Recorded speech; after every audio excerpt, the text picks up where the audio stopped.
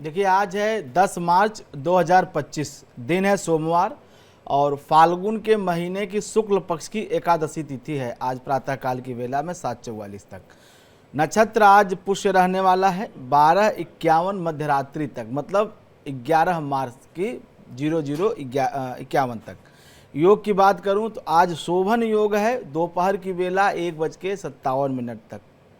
कर्ण विष्टि है 7:44 AM तक, और यह विष्टि कर्ण जब होता है तो भद्रा भी होती है, तो भद्रा भी है, लेकिन चूंकि प्रातः काल की ही वेला में समाप्त हो जा रही है तो भद्रा इतना प्रभावी नहीं रहेगा। सूर्योदय के कुछ घटी बाद ही भद्रा का प्रभाव समाप्त हो जाएगा। 7:44 तक ही विष्टि है, उसके बाद जो है बव कर्ण जो है 7:55 सायंकाल तक रहेगा। शुभ मुहूर्त की बात करूं तो आज का जो पहला सबसे दिव्य और शुभ मुहूर्त है वह रहने वाला है 12:08 से लेकर के 12:55 तक। यह अभिजीत मुहूर्त है। अभिजीत का मतलब होता है जो भी कार्य करो उसमें विजय प्राप्त हो। व्यापारियों के लिए, कारोबारियों के लिए, लाभ कमाने की दृष्टि से, फाइनेंशियल जो है करेक्शन करने की दृष्टि से जो चौघड़िया है लाभ की, वह दोपहर के समय में, अपराह्न के समय है 3:29 से 4:58 तक। यह लाभ की चौघड़िया है, खास करके व्यापारियों, कारोबारियों के लिए।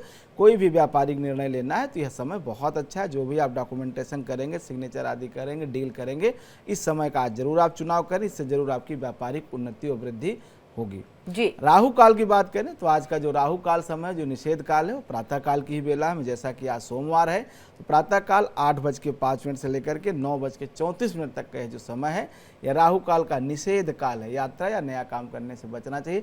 अच्छी बात है कि मंडे के दिन प्रातः काल की बेला में राहु काल होता है तो सारे काम लगभग 9 बजे के बाद ही ऑफिस वगैरह खुलते हैं, लेकिन 9:34 तक यह राहु काल रहेगा, तो 9:34 तक नए कार्य इत्यादि से बचना चाहिए। चूँकि आज सोमवार है तो सोमवार के दिन पूर्व दिशा की यात्रा नहीं करनी चाहिए। पूर्व दिशा का दिशाशूल होता है, दिक्सूल कहा जाता है।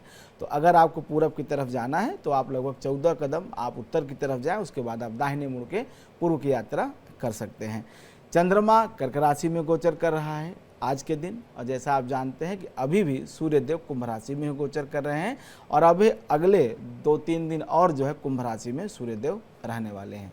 जी आचार्य जी, ये तो आज के पंचांग की आपने बात की है, जिसमें कौन सा काल सही है, कौन सा नहीं है, किस दिशा में जाना चाहिए, नहीं जाना चाहिए, ये तमाम चीज़ों का आपने जिक्र किया है। लेकिन अगर मैं मंत्रों की बात करूं, क्योंकि देखिए मंत्र उच्चारण के साथ अगर आप दिन की शुरुआत करते हैं तो आपका दिन बहुत अच्छा होता है। तो आज के लिए शुभ मंत्र कौन सा?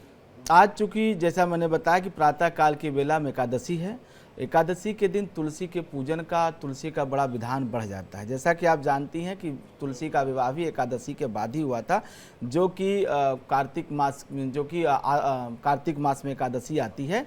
इसी तरह से आज भी माता तुलसी को ही प्रणाम करके, माता तुलसी की ही पूजा करके दिन की शुरुआत करनी चाहिए। और मंत्र जो मैंने लिया है माता तुलसी से ही लिया हुआ है। महाप्रसाद जननी सर्व सौभाग्य वर्धनी आधि व्याधि हरा नित्यम तुलसी त्वम नमोस्तुते।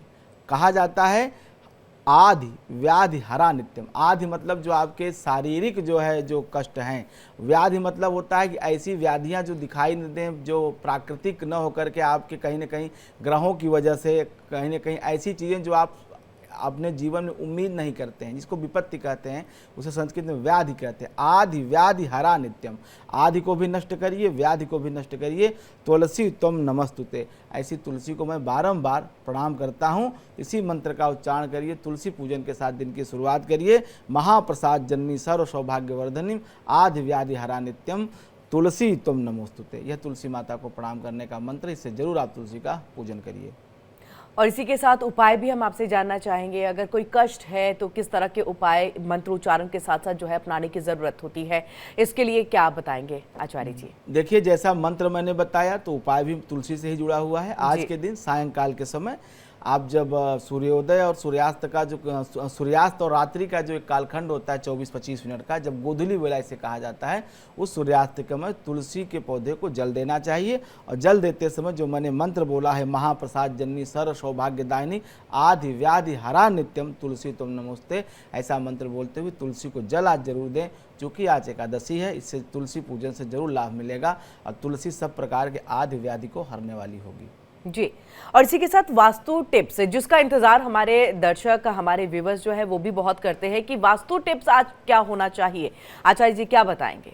देखिए, आज वास्तु टिप्स मैंने उनके लिए लिखा है जो फैक्ट्रियां चलाते हैं, जो कोई प्रोडक्शन हाउस चलाते हैं, किसी तरह की वो प्रोडक्ट को बनाते हैं।